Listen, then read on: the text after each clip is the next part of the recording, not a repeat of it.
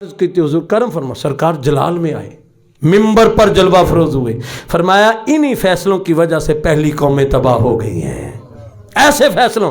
فرمایا اگر میری نعوذ باللہ اگر کا جملہ یاد رکھنا، اگر میری بیٹی فاطمہ بھی چوری کرتی تو میں محمد اس کا بھی ہاتھ کاٹنے کا حکم دے دیتا۔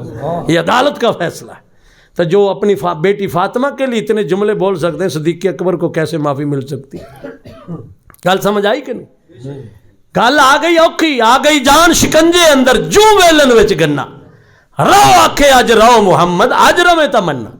ہن گواہ کوئی نہیں، صدیق اکبر دے کول کلے سن، او یہودی سارے ہو گئے، اسی گواہی دینے حضور، گل ہی کوئی نہیں ہوئی، ایویں ساڈے مولوی نو تھپڑ مار دیتا ہے۔ قریب سی کہ صدیق اکبر جھوٹے پے جن، عدالت انہاں دے حق وچ جان لگی، یعنی کہ ساری ظاہری ماحول انہاں دے حق جا رہا ہے۔ فوراً اللہ دا قرآن اتریا، جبرائیل آ گئے، اللہ نے فرمایا سونیا او میں سنیا ہے اس بے شرم نے یہ جملہ بولا،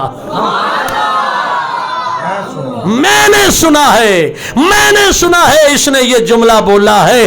تو پتہ چلا عثمان نے جنت خریدی ہے، ابو بکر نے جنت والا خریدا ہے۔ ابو بکر نے، اللہ تعالیٰ سمجھن دی عمل دی توفیق عطا فرماوے۔ یار زندہ صحبت باقی ان علماء دا سایہ تاڑے تے ساریاں تے قائم دائم رکھے، اور اے مت خیال کرنا کہ میں کوئی بڑا مولوی ہوں، ان علماء کے جوتوں کو اٹھانے والا ہوں، ٹھیک ہے نا۔ محبت سے عشق سے آپ نے بلایا تو میں دس سے آیا کہ اگر تو کسی بچے نے اٹھاؤ گے تو انشاءاللہ صدیق اکبر دی شان بیان کرے گا۔ یہ ہو ہی نہیں سکتا کہ ساڈے جو سانو صحابہ دی شان دا نہ پتہ، یہ ہو ہی نہیں سکتا۔ اللہ تعالیٰ سمجھن دی عمل دی توفیق عطا فرماوے۔ وما علینا الا